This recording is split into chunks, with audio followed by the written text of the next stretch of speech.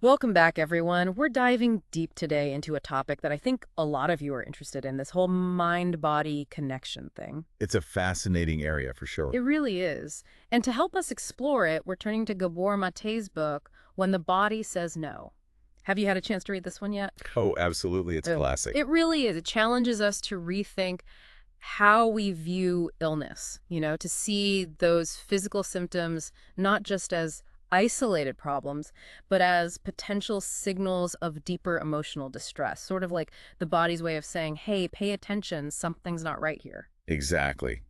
Mate really flips the script on that traditional medical model that tends to treat the mind and body as separate entities. Right, it's all connected. So what struck you as you were reading the book? Anything that really stood out? Well, the way Mate uses case studies to illustrate these concepts is Hmm. incredibly powerful. Like the story of Mary, for example. Oh, Mary, yes, the woman who developed multiple Yeah, sclerosis. that's the one. And Mate suggests a potential link between her condition and years of suppressed anger. It's amazing, isn't it, how much we hold inside? And how that might be manifesting in ways we don't even realize. I mean, think about it. How often do we just brush off our emotions, telling ourselves, oh, it's fine, I'm fine, without really acknowledging what we're feeling? All the time, right? And those unexpressed emotions, that stress, it has to go somewhere. Exactly. And Mate argues that it often shows up in our bodies. It's like our bodies are trying to get our attention, but we're just not listening. It's like they're speaking a language we've forgotten how to understand. I like that analogy.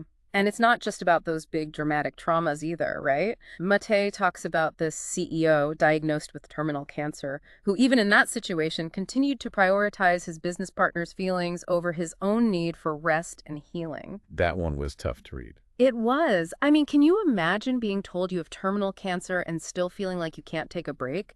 He even kept taking a supplement he didn't like just to avoid disappointing his partner. It's a stark example of how deeply ingrained these patterns of self-neglect can become. For sure. It's like we're conditioned to put everyone else's needs before our own, even to the detriment of our own health. And that constant stress, that feeling of being overwhelmed, it takes a toll. Think Mm. about those stress hormones like cortisol. Chronically elevated levels can wreak havoc on our bodies. It's like we're slowly chipping away at our own resilience. And then there's Natalie's story, the woman who experienced these intense MS flare ups that seemed to coincide with periods of stress, even when she thought she was relaxing.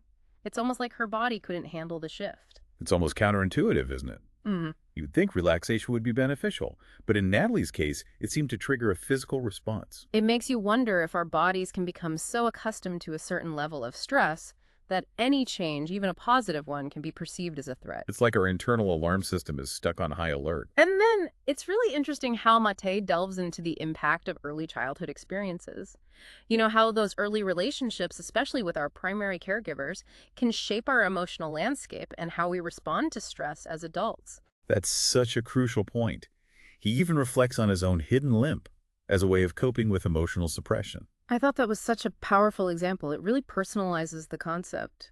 Shows us that these patterns can show up in anyone, even renowned experts like himself. And then there's the research on those Romanian orphans raised in institutions.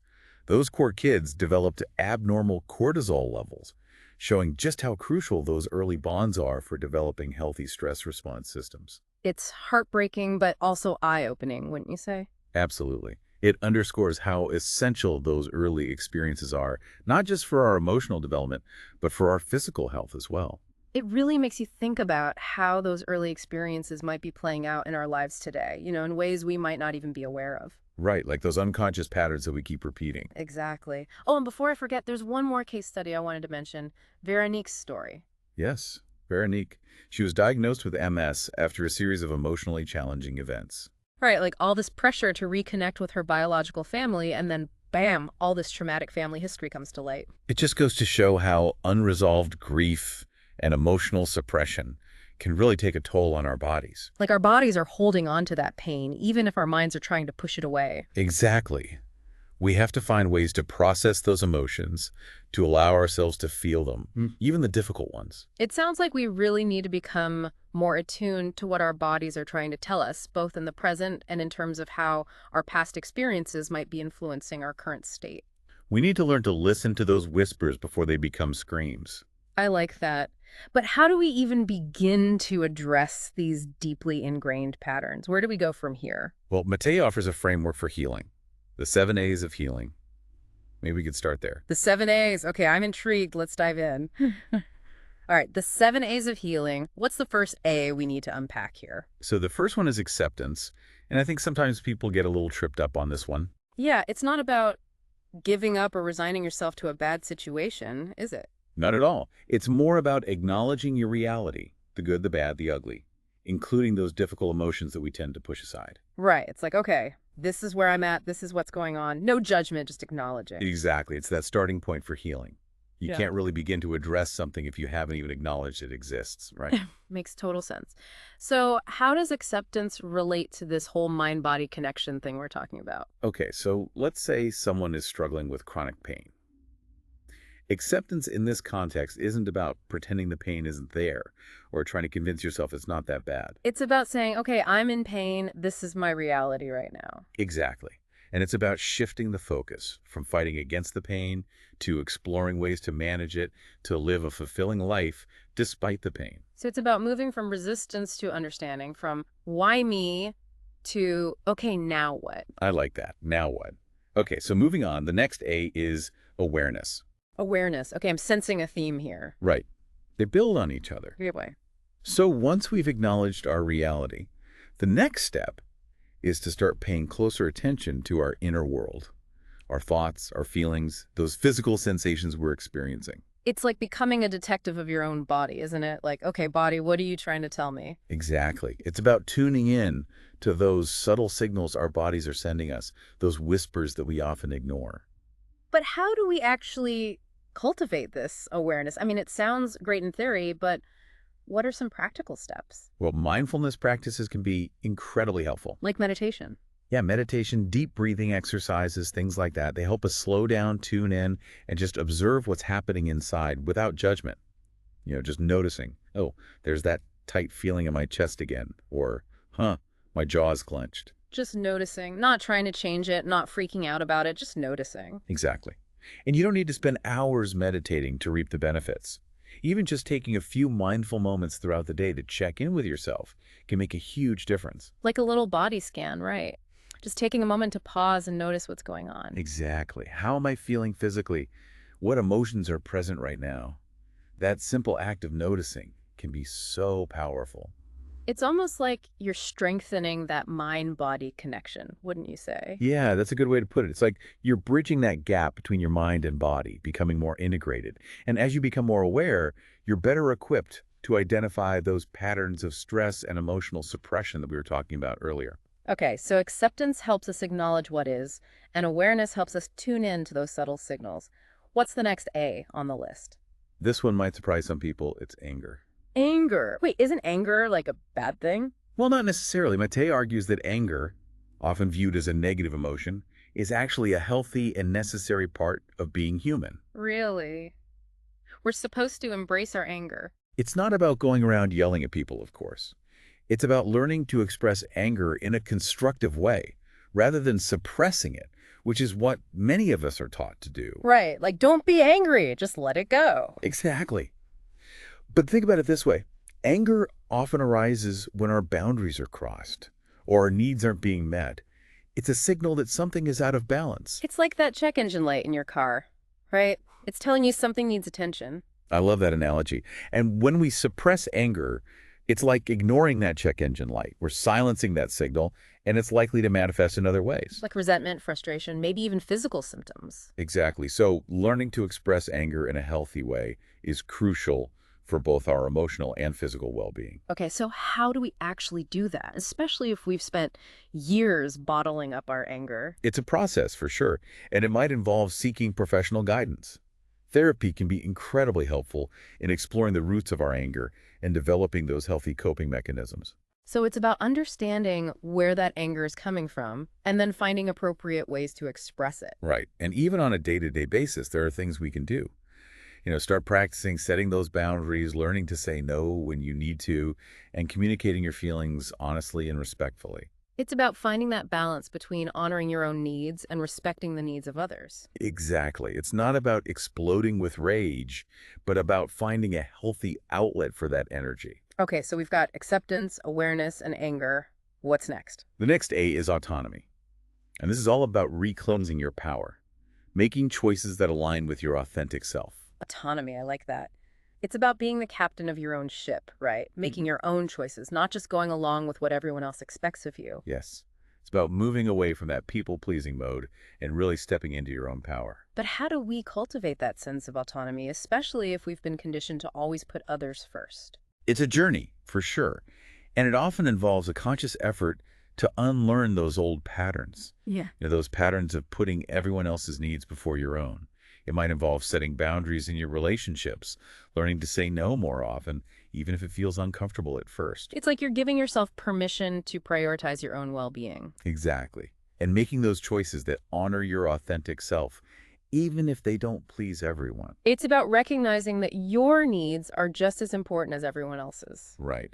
And sometimes the most loving thing you can do for yourself is to say no. No to the demands, no to the expectations, no to anything that drains your energy and leaves you feeling depleted. You got it. It's about filling your own cup first so you have something to give to others. Okay, so we've got acceptance, awareness, anger, and autonomy. What's next on our list of A's? The next one is attachment. Attachment. Okay, I'm curious about this one. Doesn't that kind of contradict the whole autonomy thing? Not necessarily. See, healthy attachment isn't about being dependent or clingy. It's about nurturing those secure and supportive relationships that give you a sense of belonging and connection. So it's about finding that balance between independence and interdependence. Like Yeah. you can stand on your own 2 feet, but you also recognize the value of having people in your life who you can rely on. Exactly. We're wired for connection, right? Yeah. We need each other.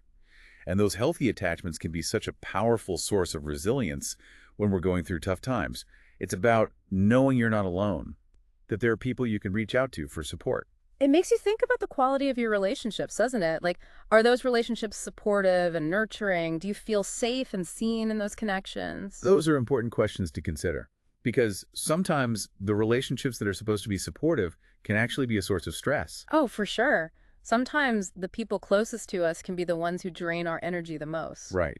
And it's not just about the number of relationships you have, but the quality of those connections. So it's about being intentional about who you let into your life and making sure those relationships are truly supportive and beneficial. Exactly. It's about creating a circle of people who lift you up and help you become the best version of yourself. Okay, so we've covered acceptance, awareness, anger, autonomy, and attachment. What's next? We're getting close to the end here, right?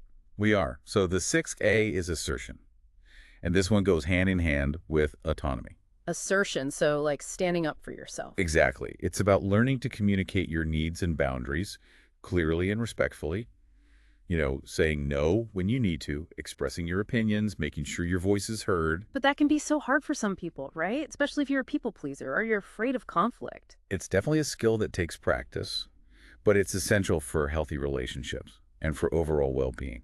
Any tips for developing that assertiveness muscle? Well, like I mentioned with anger, therapy can be incredibly helpful. A good therapist can help you identify your needs, understand why you might be struggling with assertiveness, and develop those communication strategies that feel authentic to you. So it's about finding your voice and using it effectively. Exactly. Yeah. And you don't have to start big.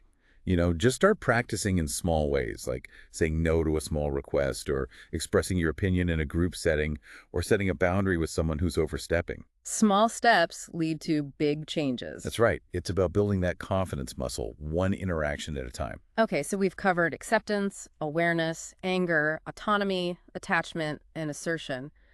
What's the final A on this healing journey? The last one is appreciation. Appreciation. Okay, I'm liking this one already. It sounds much lighter than some of the other A's we've talked about. It is.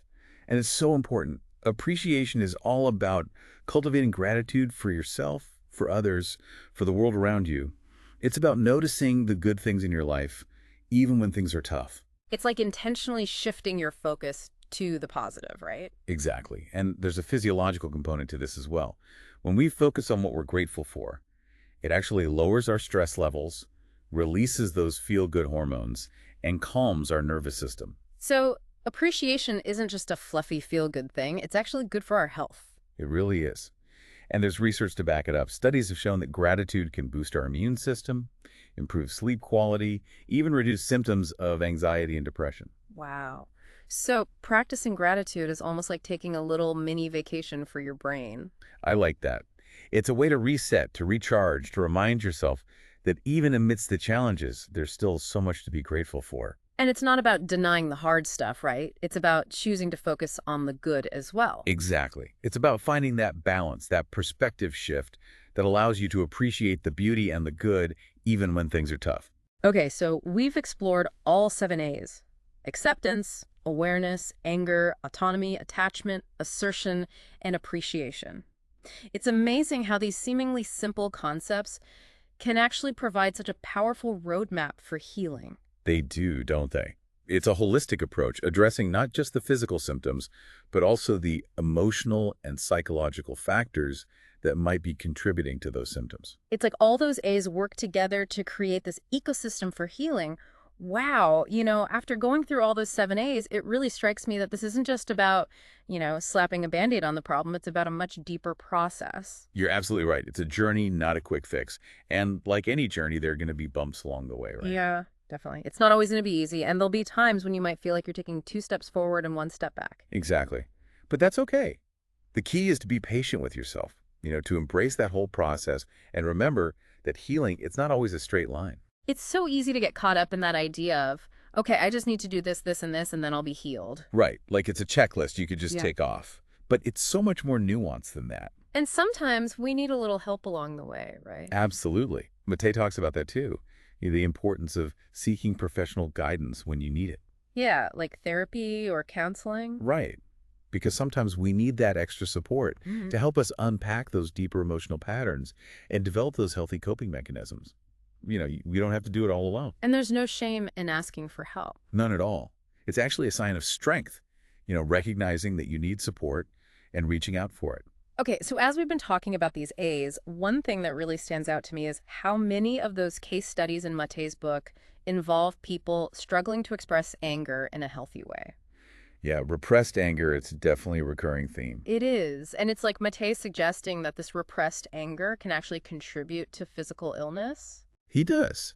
And it's not just a hunch. There's a growing body of research that supports this idea. He even talks about a possible connection between repressed anger and certain cancers, like malignant melanoma. That one's pretty thought-provoking for sure. It is. And the story of Francis, the man who refused treatment for testicular cancer, really hit me hard. Count Francis, yeah. I mean, he cited religious beliefs as his reason for refusing treatment, but as Matei dug deeper, it became clear that there was this whole history of emotional isolation and an inability to, really express his needs or assert himself. Like he had just shut down emotionally. Yeah, and it's tragic because it's like on some level, he just couldn't allow himself to fight for his own life. It's a stark reminder of how those patterns of emotional suppression can really take hold. It's like he had lost touch with his own inner voice. In a way, yeah. And that brings us back to autonomy, right? Yeah, that idea of reclaiming your power, making choices that are in alignment with your true self. Exactly. It's about recognizing that you have the right to make choices that are in your best interest, even if those choices don't align with what other people expect of you. And it's not about being selfish, it's about self-preservation. Exactly. It's about honoring your own needs and setting those boundaries that allow you to thrive. Oh, and speaking of boundaries, there's Laura's story. She was struggling with chronic fatigue syndrome, and it turned out that a lot of it stemmed from her inability to say no. Oh, yeah, Laura. I remember her. She was constantly overextending herself, trying to please everyone. And it was exhausting her, both emotionally and physically. It's like her body was screaming at her to slow down, to take a break, to prioritize her own needs. And it wasn't until she started setting those boundaries, learning to say no, that she started to experience real healing. It's amazing how something as simple as saying no can be so transformative, isn't it? It really is. Going through Matei's book, it's really shifted my perspective on illness, on health, on everything. It's like, it's not just about bad genes or bad luck. It's about this whole intricate web of, our emotions, our experiences, and how all of that interacts with our physical bodies. It's a much more holistic view. It is. And it's empowering in a way because it means that we have more agency than we might realize. Absolutely. It's not about blaming ourselves for getting sick, Mhm. but about understanding that we do have a role to play in our own healing. And it starts with listening to our bodies, right? Yeah. Paying attention to those signals, those whispers, before they become screams. Exactly. Those physical symptoms, they're often a sign that something's out of balance, that something needs attention. It's like our bodies are trying to communicate with us, and it's up to us to learn how to listen. So, as we wrap up this deep dive into the mind body connection, what would you say is the key takeaway for our listeners? I would say, take a moment to really tune in to your body. Ask yourself, if my body could speak, what would it be trying to tell me? I love that. What would your body say? Yeah, what messages is it sending you? What patterns of stress or emotional suppression might be playing out in your life? And then, what choices can you make today to start honoring your own well being? Even small steps can make a big difference. Absolutely. It's a journey, and it's yours to take. Thank you so much for joining us on this deep